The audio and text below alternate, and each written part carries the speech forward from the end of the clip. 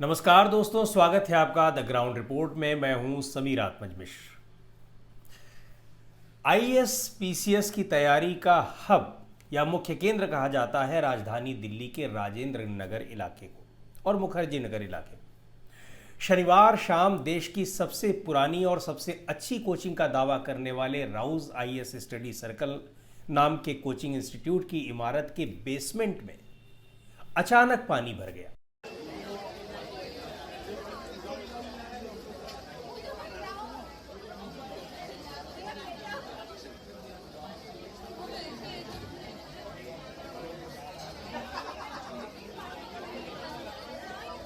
और कम से कम 2 छात्राओं और 1 छात्र की दुखद मौत हो गई। प्रत्यक्षदर्शी छात्र तो मरने वालों का आंकड़ा कहीं ज्यादा बता रहे हैं, लेकिन उसकी पुष्टि नहीं हो पाई है। आरोप है कि आंकड़ों को छिपाया जा रहा है। इस घटना के बाद से इलाके में सिविल सेवाओं की तैयारी करने वाले छात्र विरोध प्रदर्शन कर रहे हैं। अभी कुछ दिन पहले ही यूपी के एक छात्र की इसी इलाके के पटेल नगर में करंट लगने से मौत हो गई थी। 1 साल पहले आपको याद होगा कि मुखर्जी नगर में एक कोचिंग संस्थान के क्लासरूम में आग लग गई थी। छात्रों ने खिड़कियों से नीचे उतरकर जान बचाई। इन इलाकों में जो लोग भी कभी गए होंगे उन्होंने देखा होगा कि इमारतों, घरों और यहां तक कि गली कूचों और छोटे छोटे कमरों तक में कोचिंग संस्थान खुले हुए हैं। सबका दावा है कि वो आईएएस बनाते हैं। रिजल्ट निकलने के बाद न जाने कौन सी गणित से सभी संस्थान सभी सिलेक्टेड छात्र छात्राओं को अपने यहाँ का ही प्रोडक्ट बताते हैं। ये कैसे होता है इसकी चर्चा हम बाद में करेंगे। आज फिलहाल इसकी चर्चा जरूरी है कि लाखों रुपए की फीस वसूलने वाले ये कोचिंग संस्थान छात्रों को कैसी सुविधाएं देते हैं, छात्रों के साथ कैसा व्यवहार करते हैं और उन्हें आईएएस बनाने में क्या योगदान देते हैं। यही नहीं, इन इलाकों के आसपास के तमाम मोहल्लों की अर्थव्यवस्था इन्हीं प्रतियोगी छात्रों की बदौलत चलती है। पीजी और हॉस्टल्स में छोटे छोटे कमरों के 8-10 हज़ार रुपए किराए वसूले जाते हैं, लेकिन सुविधाओं के नाम पर झुग्गी झोपड़ी से भी गई बीती स्थिति यहां देखने को मिलती है। पिछले 8-10 साल से व्यापार का एक और तरीका यहां डेवलप हुआ है और वो है लाइब्रेरी। लाइब्रेरी के नाम पर कुर्सियां और बेंचें लगा दी जाती हैं, इंटरनेट दे दिया जाता है और एसी मुहैया करा दिया जाता है। इसके लिए हर महीने लाखों रुपए की कमाई की जाती है, लेकिन इन बातों का कतई ध्यान नहीं रखा जाता है कि 50 की क्षमता वाले हॉल में 150-200 छात्रों को बैठाया गया है। कोई दुर्घटना हो गई तो क्या होगा। हजारों की संख्या में लाइब्रेरीज ऐसी ऐसी जगहों पर खुली हैं जहां पहुंचना मुश्किल है। ऐसे में कुछ हो जाए तो वहां से लोग भाग भी नहीं सकते हैं। लेकिन कोचिंग संस्थानों की तरह पीजी हॉस्टल्स और लाइब्रेरीज धड़ल्ले से चल रही हैं। ना तो एमसीडी और ना ही दूसरे विभागों को कोई खामी दिखती है और ना ही कोई समस्या। हाँ, ऐसी दुर्घटनाएं हो जाती हैं तो सारे विभाग सक्रिय हो जाते हैं। राजेंद्र नगर में हुई इस घटना के बाद से कोचिंग संस्थानों के बाहर लगातार छात्रों का प्रदर्शन चल रहा है।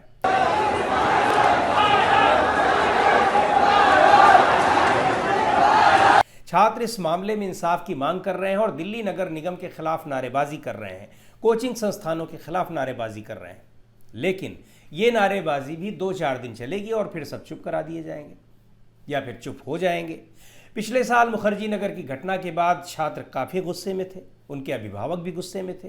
एमसीडी ने कुछ दिनों तक सख्ती करने का खूब नाटक किया, लेकिन उसके बाद सब सामान्य जैसे कुछ हुआ ही नहीं है।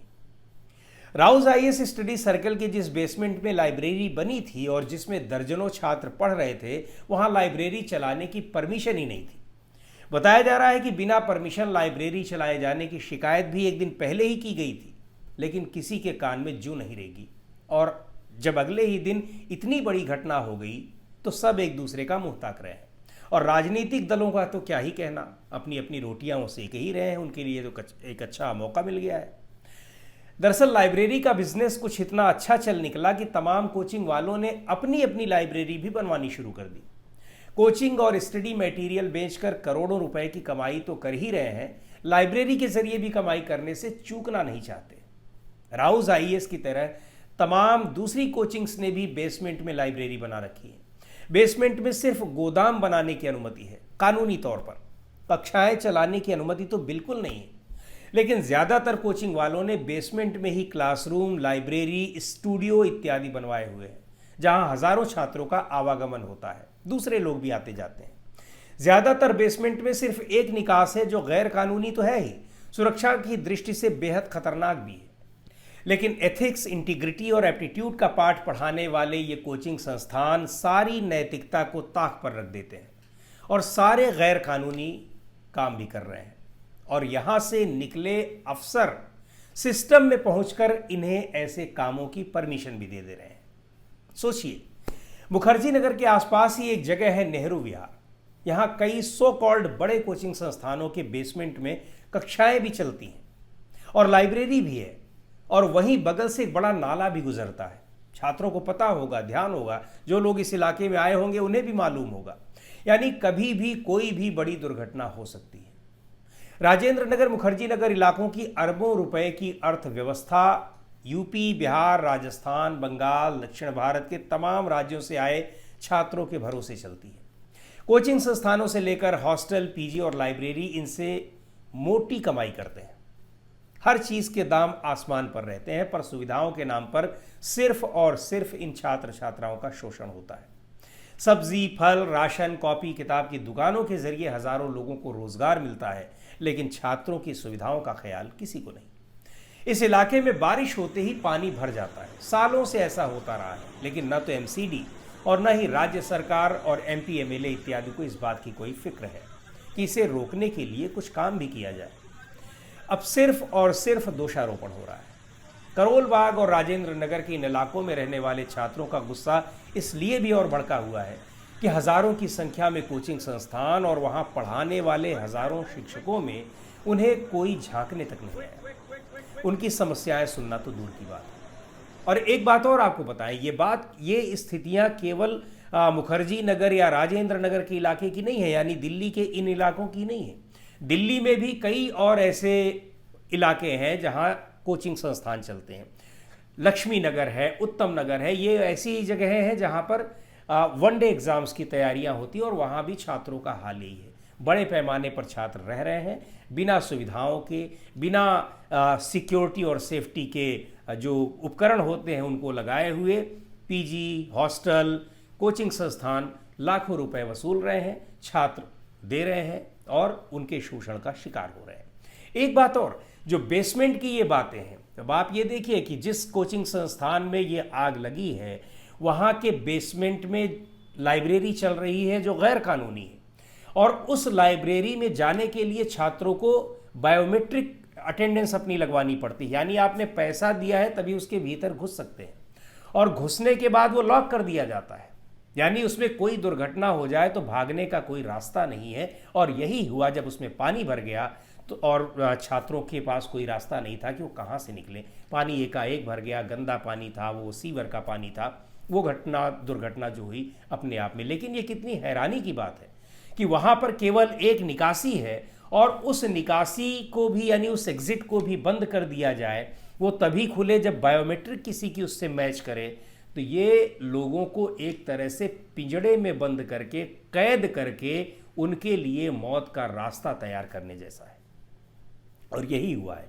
ये एक संस्थान की बात हुई जहां ये दुर्घटना हो गई है, ऐसे हजारों संस्थान, बड़ी बड़ी बिल्डिंग्स उन्होंने बना रखी हैं, करोड़ों रुपयों की, अरबों रुपयों की, लेकिन छात्रों की सुविधाओं के लिए उनके पास ये स्थितियां रहती हैं। जब तो ये जान लीजिए आप कि जब तक ये अवैध रूप से चल रहे कोचिंग संस्थानों के खिलाफ कड़ी कार्रवाई नहीं होती है, भ्रष्टाचार में आकंठ डूबा तंत्र उन्हें इसकी इजाजत देता रहता है, रिश्वत के जरिए एनओसी प्राप्त करने की परंपरा जारी रहती है, तब तक ये चीजें सुधरने वाली नहीं है।